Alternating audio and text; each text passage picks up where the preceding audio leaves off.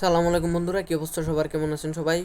আমি আলহামদুলিল্লাহ ভালো আছি। বাট আন্তর্জাতিক বহির্বিশ্ব ভালো নাই, কারণ আজকে যেই তাজা খবরটা আমি পাইলাম, যে নিউজটা পাইলাম, ভেনেজুয়েলাতে প্রায় 5,000-এর উপরে মানুষ ভূমিকম্পে মারা গেছে। মানে পুরো শহর ভেনেজুয়েলা সিটি লন্ডভন্ড হয়ে গেছে, বাড়ি ঘর ভেঙে চুরে চুরমার হয়ে গেছে ভেনেজুয়েলাতে। প্রায় 5,000, আরও আগে তো মানুষ মরছে, প্রায় 10, 15, 20 হাজার মানুষ তো মারা গেছেই। ইভেন কি আজকে 5,000 মানুষ মারা গেছে, নারী, শিশু, বৃদ্ধ, এভরিথিং সব মিলায়া। তো প্রাকৃতিক দুর্জয় একদিকে, অন্যদিকে ওদের দেশের রাজনৈতিক হানাহানি, এটা তো আপনারা জানেনই, এটা আর বললাম না।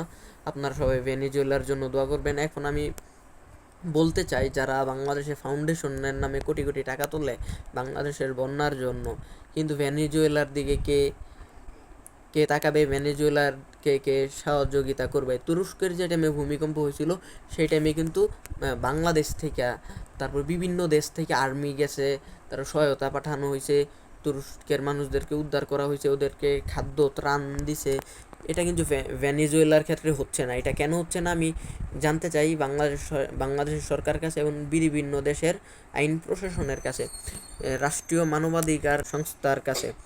কারণ যেহেতু ভেনেজুয়েলাতে এখন একটা প্রাকৃতিক দুর্যোগ চলতেছে, সেই ক্ষেত্রে বিভিন্ন সংস্থার উচিত ভেনেজুয়েলার প্রতি এগিয়ে আসা, সাহায্যের হাত বাড়াইয়া দেওয়া। তো আমি একটা কথাই বলবো, আপনারা সবাই এক হয়ে থাকেন। তো ভেনেজুয়েলার বর্তমান পরিস্থিতি খুবই ভয়াবহ। মানে ভেনেজুয়েলার প্রত্যেকটা স্থানে ভাঙাচোরা বাড়ি ঘর, ইট, 5 তলা 7 তলা বাড়ি মাটির সাথে মিশে গেছে। আপনারা তো বুঝতেই পারতেছেন ভূমিকম্প আঘাত আনলে কী পরিমাণের ক্ষয়ক্ষতি হতে পারে, কী পরিমাণের ধ্বংসযোগ্য হতে পারে, যেটা আমরা তুরস্কে দেখছি। সেক্ষেত্রে ভেনেজুয়েলার মানুষের প্রতি আপনারা দোয়া করবেন, এবং কি আমি পৃথিবীর যত মানবাধিকার সংস্থা আছে আমি তাদেরকে আহ্বান করব যেন ভেনেজুয়েলার মানুষের পাশে দাঁড়ায়।